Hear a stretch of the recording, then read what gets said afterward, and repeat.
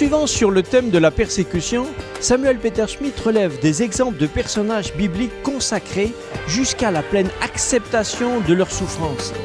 Et ceci soulève évidemment la question, grave question, de savoir comment un homme peut-il militer pour une cause jusqu'à cette abnégation. Et est-ce légitime ? J'ai vu des chrétiens qui m'ont dit « Ah, mes frères, vous savez, c'était plus simple quand j'étais dans le monde. » Ben oui, mais pourquoi ça vous surprend? L'abandon, la trahison, toutes ces choses ont fait partie intégrante des souffrances que Paul a rencontrées.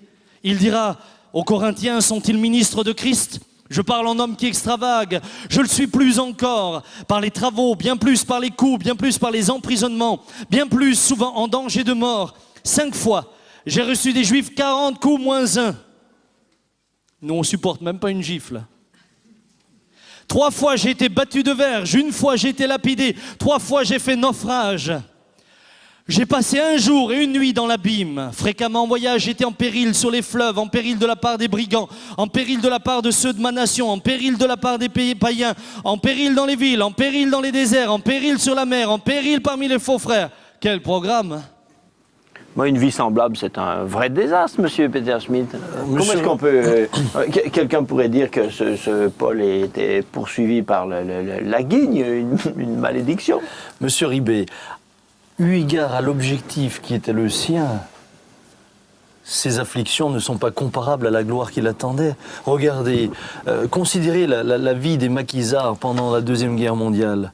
Des hommes qui vont être pourchassés, certains fusillés, leurs familles déportées, etc. Pourquoi? Parce qu'ils aimaient la France. Lorsque vous aimez Christ, à ce moment-là, même ces choses-là.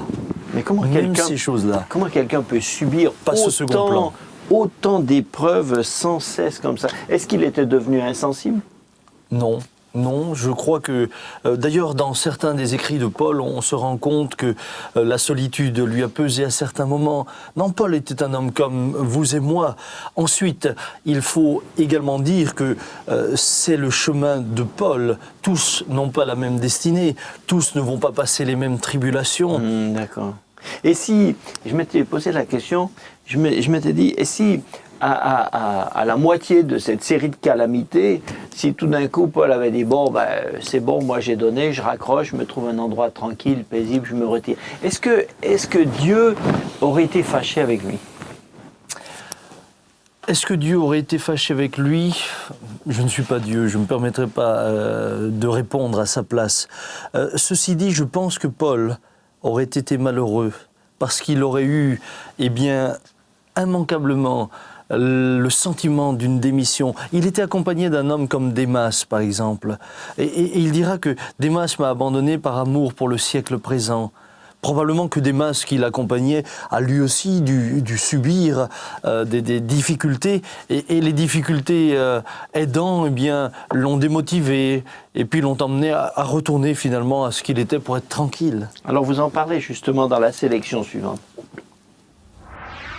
Quand vous lirez l'épître de Paul à Timothée, il parle à un moment donné d'un certain Démas qu'il a abandonné par amour pour le siècle présent. Et moi, je suis convaincu que Démas, tout juste les versets précédents, Paul parle de la souffrance liée au ministère. Et dans cette épître de Paul à Timothée, souvent reviendra le mot souffre comme un bon soldat, etc., etc. Et Démas devait être un de ceux qui étaient avec lui. Démas a dû être un de ceux qui a été exposé. Mais à un moment donné, la pression est forte.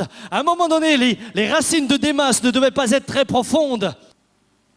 Donc vous pensez que ce Démas a refusé les souffrances que Paul, lui, acceptait? Oui, manifestement. Manifestement, voyez-vous, peut-être que Démas avait une vision de la vie chrétienne tout à fait différente, comme l'ont certains, une vie faite de bonheur et de succès facile. Alors vous dites, en citant l'Évangile, Démas m'a abandonné par amour pour le siècle présent.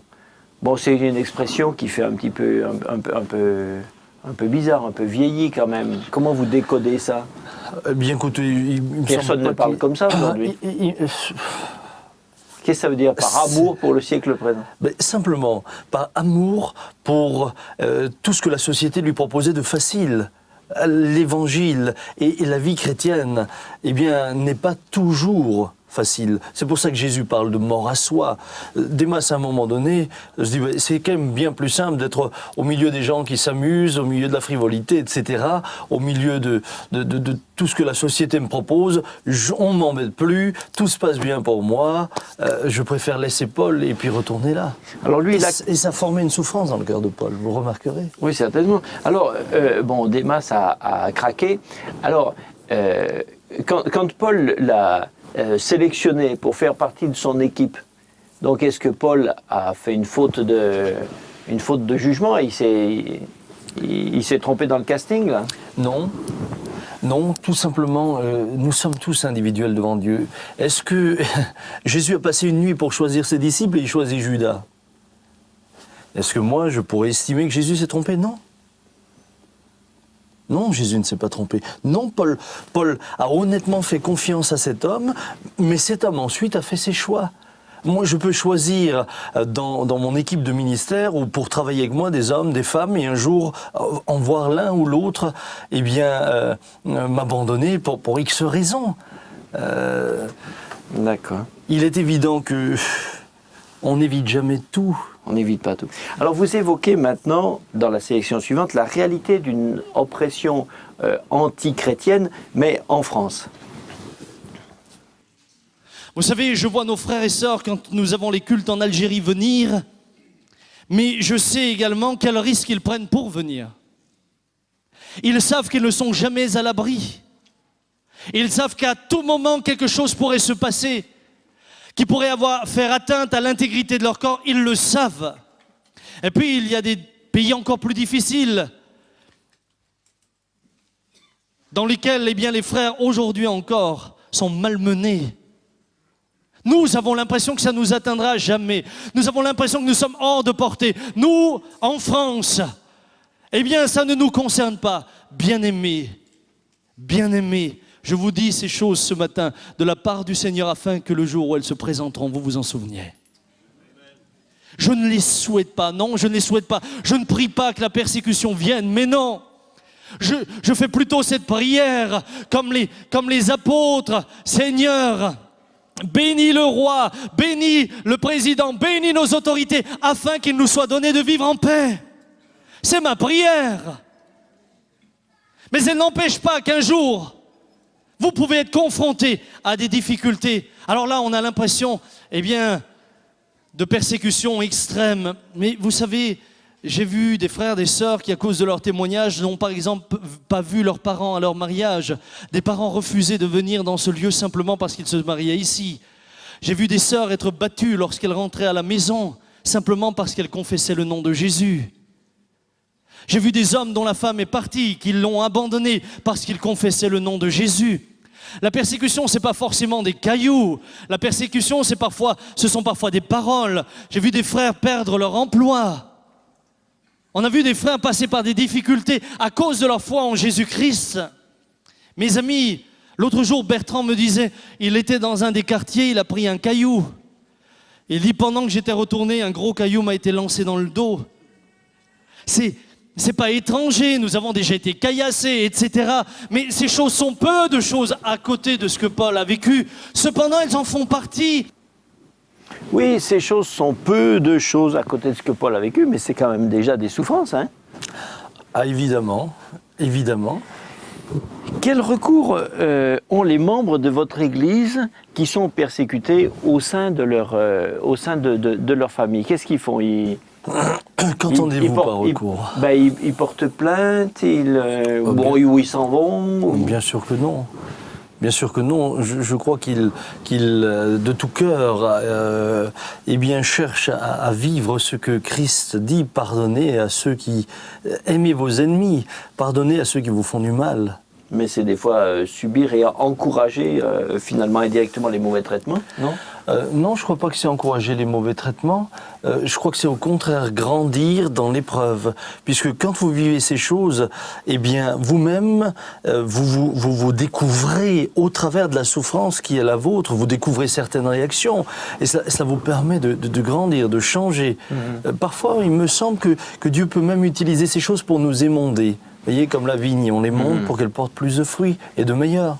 Alors, un cas pratique. Imaginez qu'un chrétien de votre église vous dit « Mon conjoint m'a mis en demeure, tu arrêtes d'aller à l'église ou je divorce. » Qu'est-ce que vous lui conseillez? Bien, écoutez... Laissez tomber la foi?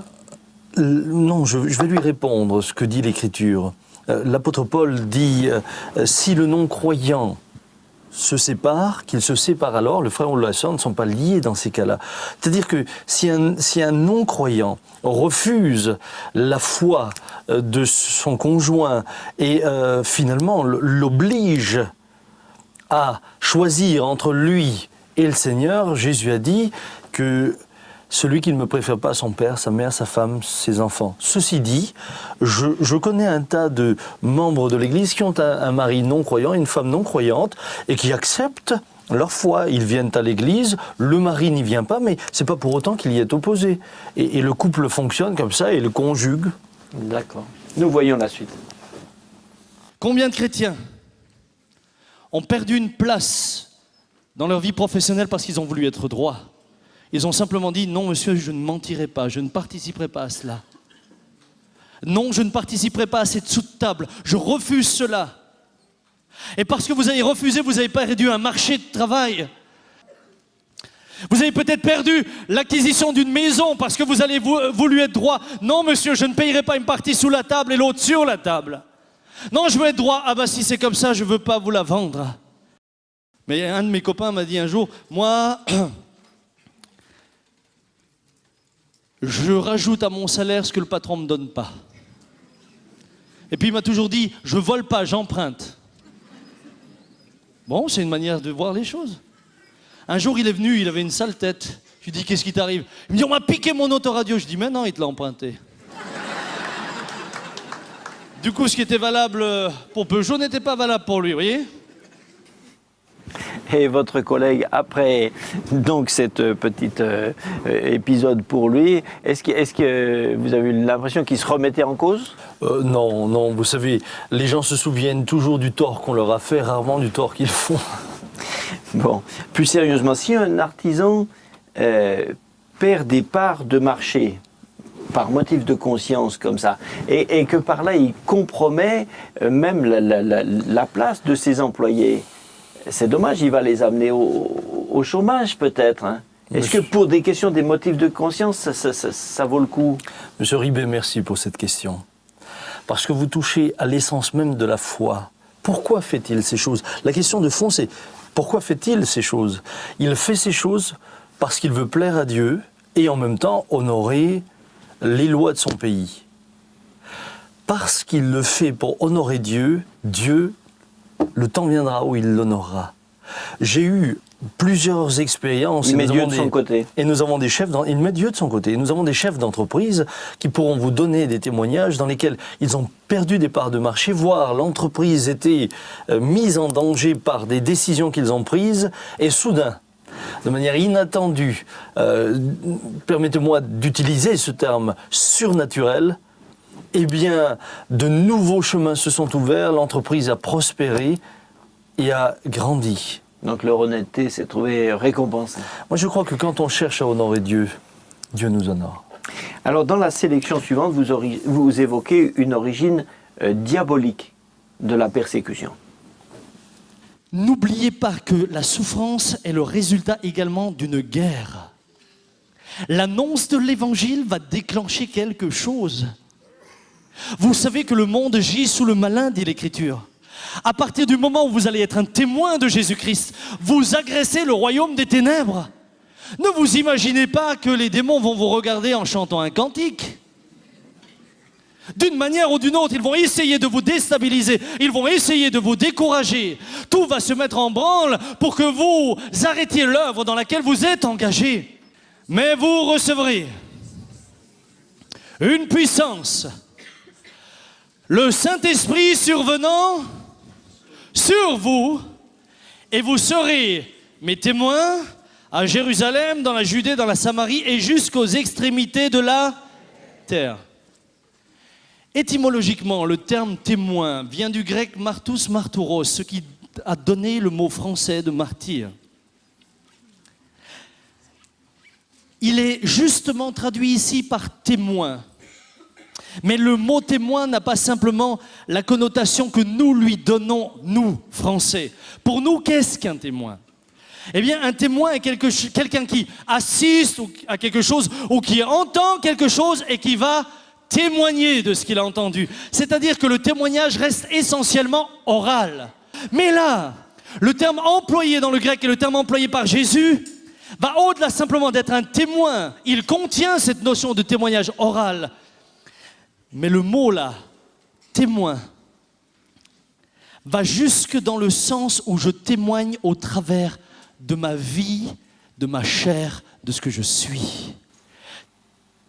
Alors, concrètement, pratiquement, comment les démons peuvent-ils s'opposer au travail de l'Église, de l'évangélisation? À quel niveau agissent-ils? Eh bien, écoutez, je pense qu'il y a différents degrés. Il y a par exemple l'oppression qu'une personne peut vivre au moment où elle veut annoncer l'Évangile. Et ça, c'est très intime, c'est quelque chose que vous vivez soudain, découragement qui vous envahit et vous n'arrivez pas eh bien, à comprendre pourquoi c'est tombé sur vous. C'est une lutte intérieure, des pensées folles qui vous viennent à l'esprit. D'autres fois, ce sont des gens qui s'opposent à vous. Moi, j'ai eu des gens que je connaissais qui tout d'un coup sont devenus désagréables, voire violents à mon égard. Et à un moment donné, j'ai dû réfléchir jusqu'à ce que j'ai compris. À cause d'une oppression d'un démon sur eux. Il y a autre chose derrière ce que je vois. Et c'est pour ça que Paul dit, vous n'avez pas à lutter contre la chair et le sang, mais contre les puissances, les dominations, les esprits méchants. Nous voyons bien sûr la personne, mais ce qui est derrière la personne. Mais si les démons ont ce pouvoir, alors pourquoi est-ce qu'ils ne l'utilisent pas tout le temps, et comment ça se fait qu'ils ne bloquent pas tout le travail de l'Église? Je bénis. Ou est-ce qu'ils ne sont pas assez nombreux peut-être? Ils sont largement assez nombreux. Mais je bénis le Seigneur de ce que, eh bien, Jésus dit lui-même, tout pouvoir m'a été donné dans le ciel, sur la terre. Ils ne peuvent pas aller au-delà de ce que Dieu permet. Et ils ne pourront jamais aller au-delà. Dieu reste Dieu. Dieu n'attend pas l'invitation de Satan pour avoir le droit de faire quelque chose. Et là aussi, je voudrais démonter une crainte qu'ont beaucoup de croyants. Ils réagissent comme si c'était le diable qui dirigeait toute chose. Oui, il a le pouvoir sur la terre, mais c'est toujours encore Dieu qui est le Tout-Puissant et qui décide. Alors dans la sélection suivante, on fait une petite parenthèse dans notre sujet. J'étais vendredi au Sénat à Paris et j'ai eu l'occasion de poser des questions à la responsable qui conduit ce qu'on a appelé la cellule mise en place par l'Élysée, la cellule ministérielle de veille, de surveillance des sectes, etc.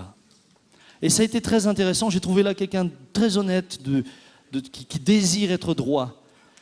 Mais j'ai pu lui redire, je lui ai dit, écoutez madame, vous savez, dans ce pays, tout le monde a le droit de dire on prie, je prie, ça dérange personne. Ça, si je vous disais madame, je prie, vous seriez d'accord avec moi? Elle me dit oui. Mais quand je dis, et ça marche, alors là je suis suspect. Tant que je prie, pas de problème. Quand je dis que ça marche, là je suis suspect. C'est-à-dire qu'on a du mal à intégrer dans notre pays cartésien le fait que la foi donne des résultats concrets. Alors vous dites on a du mal à intégrer dans notre pays cartésien le fait que la foi donne des résultats concrets. Bon, d'accord, mais il faut avouer que des siècles de culture chrétienne n'ont pas toujours apporté la preuve d'une transformation surnaturelle de la société. Hein. C'est juste. Faut-il aussi constater, et je le constate dans ma propre vie, que nous sommes tous appelés à grandir avec Christ. Le problème, c'est qu'on a confondu la foi vivante qui vous met en relation avec Dieu, qui vous transforme, avec la religion. La religion ne change personne. La religion ne transforme personne. Le terme religion vient du latin religare, qui en finalité devrait nous emmener à une vraie relation avec Dieu. Et c'est là tout le problème. Vous avez des empereurs qui ont décrété que l'Empire était chrétien maintenant, mais enfin, on fait pas on transforme pas comme ça un empire. Jésus aurait pu venir en Israël et décréter qu'Israël maintenant devait croire en lui et être chrétienne. Oui, non, c'est une démarche personnelle profonde qui, elle, vous change. Et alors, change une société. Sinon c'est vrai qu'il y a un christianisme installé, mais pas de changement. Et dans notre société française, est-ce que vous avez le sentiment que l'Église évangélique en France est plutôt considérée comme suspecte ou maintenant acceptée? Alors écoutez, je pense que jusqu'à aujourd'hui, elle a quand même été bien suspecte. Il me semble maintenant commencer à voir une lumière d'espoir pour nous, où il y a certains changements. Il y a une évolution. Certains journalistes qui vont au-delà des a priori, qui ont le courage de creuser un peu le sujet. Et puis, je suis très heureux de voir le président de la République déclarer à nouveau, de manière très, très claire, que la France a des racines judéo-chrétiennes. Et je crois que ça, c'est capital, c'est important. Et nous faisons partie, de ce courant en appartenant à cette famille protestante. Et nous voyons la dernière partie. La souffrance n'a pas une vertu expiatoire. Un seul a souffert pour nous, c'est Jésus-Christ. Et il a expié tous nos péchés. À partir de là, nous avons l'assurance que nous sommes pardonnés à cause de son œuvre, non pas parce que nous souffrions. Non, nos souffrances n'expient en aucun cas nos péchés. Paul n'est pas en train de leur dire, il n'a pas dit que leur souffrance leur donne droit au royaume, mais que leur volonté même de l'accepter est une preuve qu'ils sont dignes du royaume. Faites la différence? Les épreuves nous émondent. Les épreuves nous émondent, enlèvent de nos vies tout ce qui n'est pas à sa gloire. Vous savez, quand l'épreuve vient, vous pouvez mesurer quelles étaient vos vraies motivations. Quand l'épreuve vient, alors là, vous vérifiez quelles étaient vos vraies motivations. Est-ce que vous êtes venu à Jésus pour bien vivre, ou est-ce que vous êtes venu à Jésus parce que vous reconnaissez en lui le Sauveur qui vaut la peine d'être suivi dans les bons et dans les mauvais jours?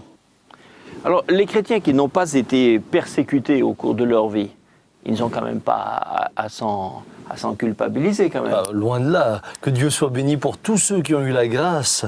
Ils n'ont pas à s'inquiéter pour leur salut. Maintenant, monsieur Ribet, je ne crois pas qu'un chrétien puisse traverser toute la vie sans jamais avoir eu de persécution.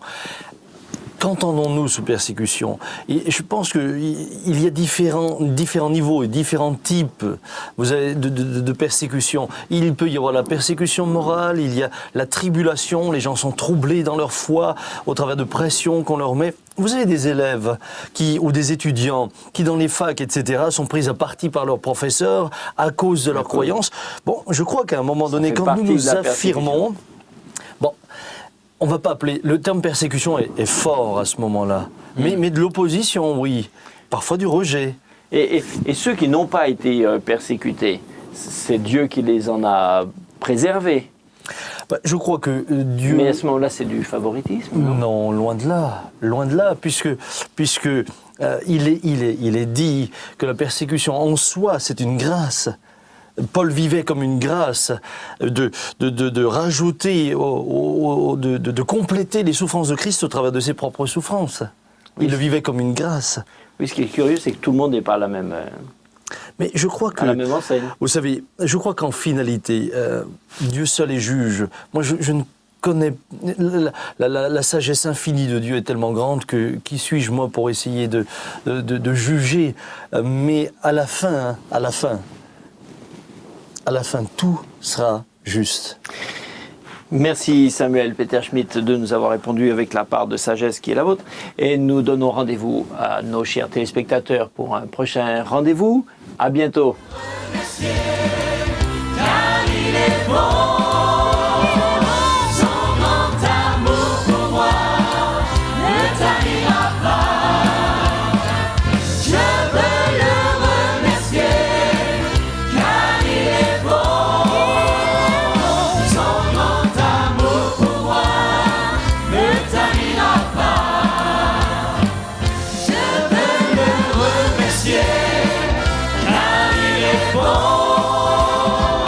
Sans grand